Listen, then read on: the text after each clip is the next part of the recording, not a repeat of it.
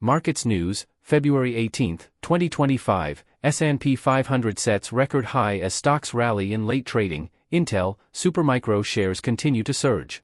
Stocks rallied in late trading Tuesday to push major indexes into positive territory for the session and boost the S&P 500 to a record high. The S&P 500 closed 0.2% higher, posting an all-time high for the first time in nearly 4 weeks, while the Nasdaq Composite and Dow Jones Industrial Average each rose less than 0.1%. The major indexes added to solid gains last week, leaving the Nasdaq and Dow each less than 1% away from record highs of their own. U.S. financial markets were closed on Monday for the President's Day holiday.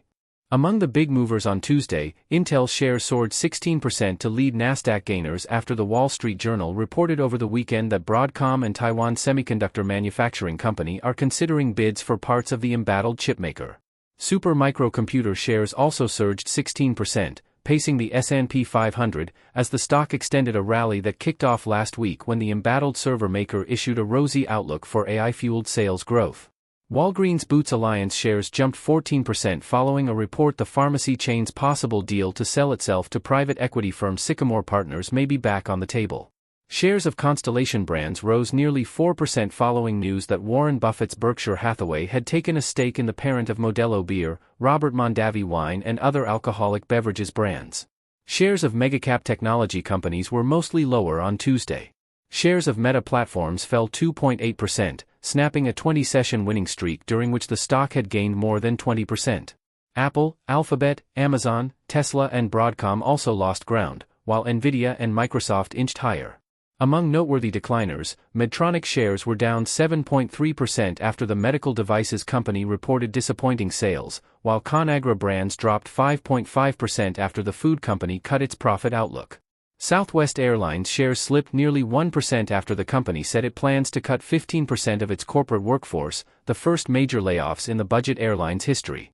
In other markets, Bitcoin was at $95,300 late Tuesday afternoon, down from a Friday high of around $99,000 but up from an intraday low around $93,300. Gold futures were up 1.8% at around $2,950 an ounce, approaching a record high, while West Texas Intermediate crude oil futures gained 1.5% to $71.85 a barrel. The yield on 10-year treasuries, which correlates with expectations about where interest rates are headed, was at 4.55%, up from 4.48% at Friday's close. The yield jumped as high as 4.66% last week after disappointing inflation data raised concerns about whether the Federal Reserve would be in a position to cut rates this year. Biggest S&P 500 movers on Tuesday. Advancers. Shares of Supermicro Computer rose more than 16%, adding the most of any S&P 500 stock and extending a string of gains posted since the server manufacturer provided a business update last week. In addition to forecasting robust revenue growth in fiscal 2026, Supermicro asserted confidence that it will be able to meet the February 25 deadline for filing its delayed annual report. If the company is unable to complete the regulatory requirement by that date, Supermicro stock could face delisting. The Wall Street Journal reported that chipmaking rivals Taiwan Semiconductor Manufacturing Company and Broadcom could be pursuing deals that would split U.S. semiconductor giant Intel.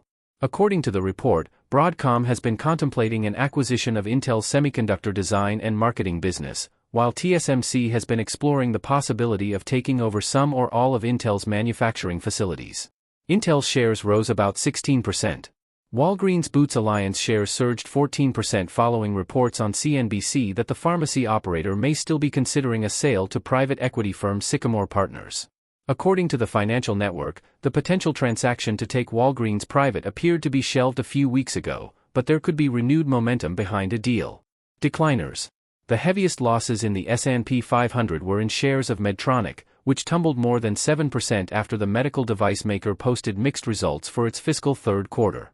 Although adjusted earnings per share edged out estimates, quarterly revenue missed the mark, with slumping sales of Medtronic's stapling and blood oxygen management products weighing on its performance.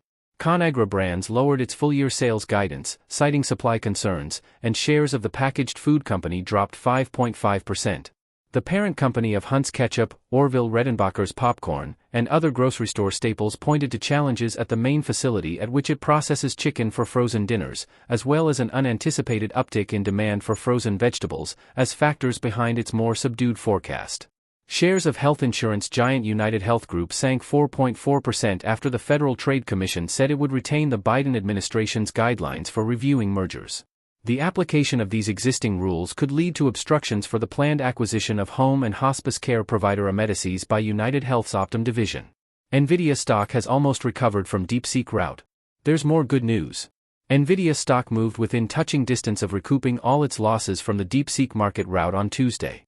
The company's shares rose 0.4% to $139.40, closing in on the $142 level where it was trading before the Chinese startup's apparently low-cost artificial intelligence model roiled tech stocks last month. Nvidia stock tumbled 17% on January 27, reducing the AI chip maker's market capitalization by close to $600 billion, the biggest one-day loss ever by a U.S. company. But just 3 weeks later, it has almost fully recovered. Investors who bought the dip can afford a smile as they look toward the company's earnings next week. There's more good news. The South Korean government announced plans to acquire 10,000 graphics processing units as it looks to build a national AI computing center. That includes Nvidia's H100 and H200 GPUs, South Korea's Yonhap news agency reported Monday. Hargreaves Lansdowne analyst Matt Britzman said it is another sign that Nvidia's demand extends well beyond the giant U.S. tech companies. He added, "We've now seen several countries express an appetite for building their own computing clusters, with the enormous U.S. Stargate project grabbing the most headlines. This is supportive to the Nvidia investment case, and presents a relatively new and scalable demand avenue for its market-leading chips." One concern for Nvidia has been whether rental prices for its existing chips will hold up as companies and startups compete to buy its newest Blackwell hardware. UBS analyzed the latest data from the largest cloud computing providers and found pricing is stable for renting Nvidia's Hopper H100 chips, suggesting there is still a lack of capacity for GPU computing. Buoyant cloud GPU pricing affirms strong demand environment, wrote UBS analyst Timothy Arcuri in a research note Monday. Looking ahead, given the demand backdrop, we would not be surprised if pricing for Hopper instances remains resilient. Arcuri has a buy rating on Nvidia stock with a $185 target price. Intel stock keeps gaining. Why there are obstacles to a TSMC Broadcom carve-up. Intel stock rose Tuesday as speculation mounts about deals to acquire different parts of the chip company.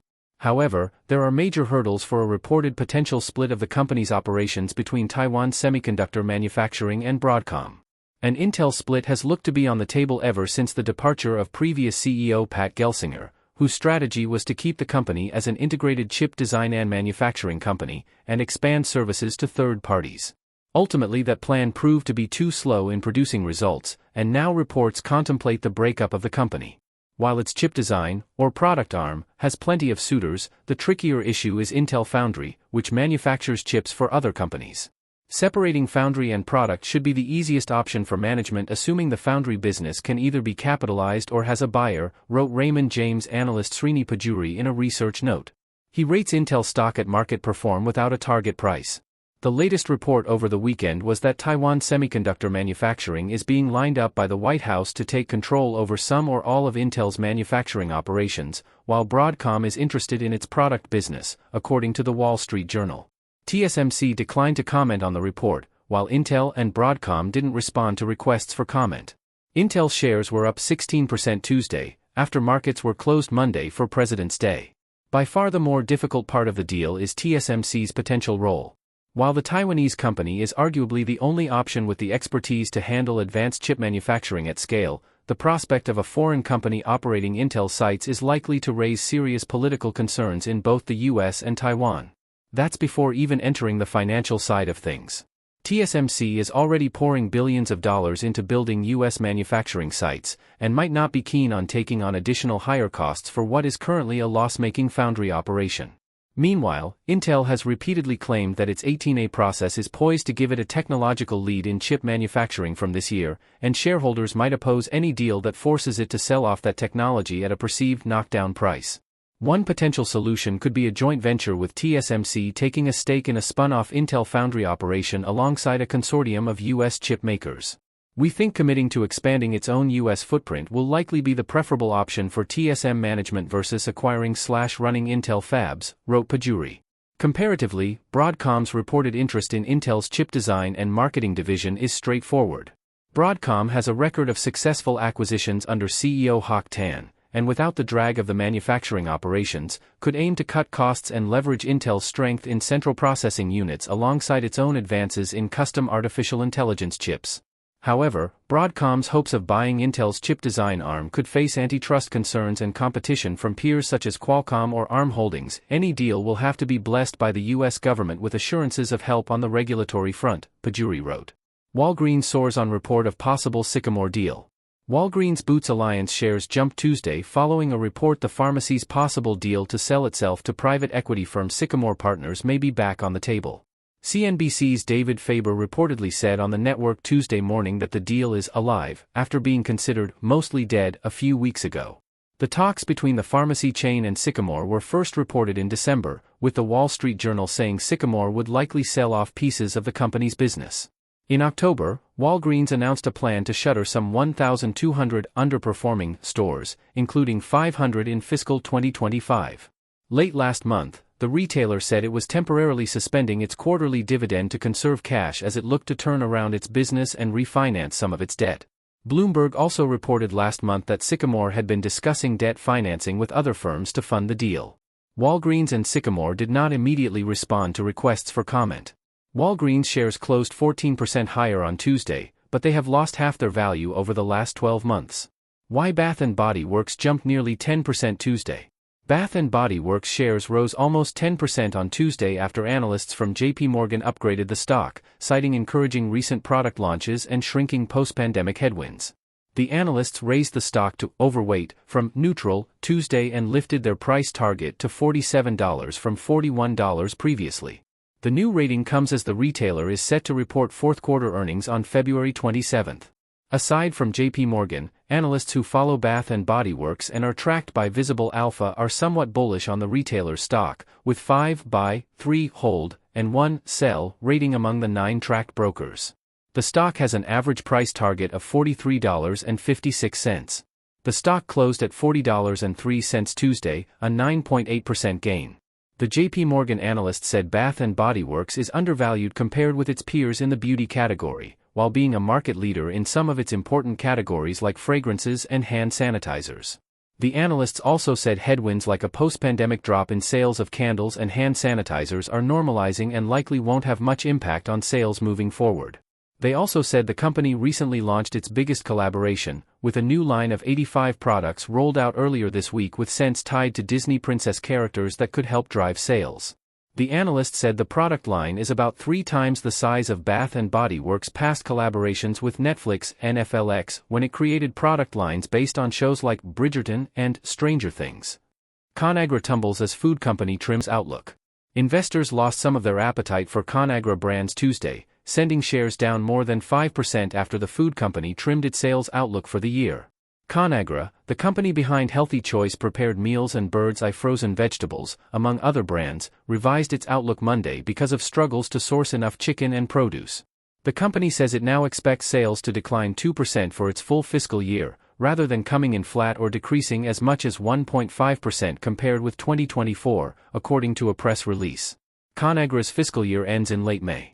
As a result of these challenges, we were unable to service all of our demand in the third quarter, which will negatively impact both our sales and profit for fiscal 2025, CFO Dave Marburger said during an investors' conference Tuesday, according to a transcript from AlphaSense. We also expect both the sales and profit impacts of this to be transitory. ConAgra's primary chicken plant had quality inconsistencies, forcing the company to shut down the facility, make adjustments, and start it up again at a slower pace, ConAgra said. Expenses rose as ConAgra bought chicken from a third party, according to Marburger. The plant's production speed will remain reduced as ConAgra moves forward with a previously planned facility upgrade, according to the press release. ConAgra, which also makes Slim Jim, Duncan Hines, Marie Callender's and more, said it expects earnings per share, EPS, to hit $2.35 at the end of the year, rather than the $2.45 to $2.50 previously forecast. The update didn't sit well with investors. Conagra shares closed 5.5% lower on Tuesday and have shed 14% since the start of 2025. Nike climbs after announcing partnership with Schemes. Nike shares rose Tuesday after the athletic apparel maker announced it will launch a new fitness brand with reality TV star Kim Kardashian in an effort to attract more women buyers. The Just Do It company is teaming up with Kardashian Schemes shapewear and clothing brand to create Nike Schemes products for women. Nike on Tuesday said Nike Schemes would offer training apparel, footwear, and accessories designed to meet the unique needs and preferences of women athletes around the world. It added that the collaboration idea for the new, shared product line came from Schemes. Kardashian, who is co-founder and chief creative officer of Schemes, said Nike Schemes will be delivering product that is meticulously designed to sculpt and perform for every body. Nike added that the first products would hit U.S. store shelves in the spring. Nike shares were up 5% in mid-afternoon trading, leading Dow gainers. However, shares of Nike have been struggling, hitting a 5-year low earlier this month as new Chief Executive Officer Elliott Hill, who took over in October, has moved to try to increase sagging sales. Even with Tuesday's gains, the stock price has lost a quarter of its value over the last 12 months. Supermicro stock continues to soar. Supermicro Computer shares jumped again Tuesday, extending a streak of gains since the company predicted significant sales growth in fiscal 2026 driven by demand for artificial intelligence servers. The company stock was up more than 11% in early afternoon trading to around $53.50, marking the fourth straight day session of gains since Supermicro's fiscal second quarter business update on February 11, with markets closed on Monday for President's Day. All told, shares are up about 40% since the update. Supermicro CEO Charles Liang called for revenue to reach $40 billion in fiscal 2026, 60% more than what the company projects in 2025, as demand grows for infrastructure to support AI. Last week, J.P. Morgan analysts said the 2026 estimate presents a nice upside, but also called the figure an aggressive target. The analysts maintained an underweight rating for the stock, but raised their price target to $35 from $23. As part of last week's update, Supermicro also said it expects to submit its delayed financial reports from the 2024 fiscal year by the Nasdaq's February 25 deadline to avoid being delisted. Despite the week of gains, Supermicro shares are still down by about a third over the past 12 months due in part to concerns about the company's accounting practices. Medtronic stock slumps as sales miss estimates. Medtronic shares tumbled Tuesday after the medical device maker missed sales forecasts. The company reported fiscal third quarter revenue rose 2.5% year-over-year to $8.29 billion, below analysts' estimates compiled by Visible Alpha. Adjusted earnings per share, EPS, came in at $1.39, slightly above forecasts. The revenue miss came as sales at Medtronic's medical surgical division declined 1.9% to $2.07 billion. The company pointed to stapling segment pressures, as well as a drop in purchases of its blood oxygen management products because of fewer respiratory-related hospitalizations in the U.S. Shares of Medtronic were down more than 7% in recent trading. The stock is near unchanged over the past 12 months. As gold nears $3,000, analysts mixed on outlook. Gold prices are nearing the $3,000 per troy ounce level for the first time, yet Wall Street has mixed views on where they will end up this year.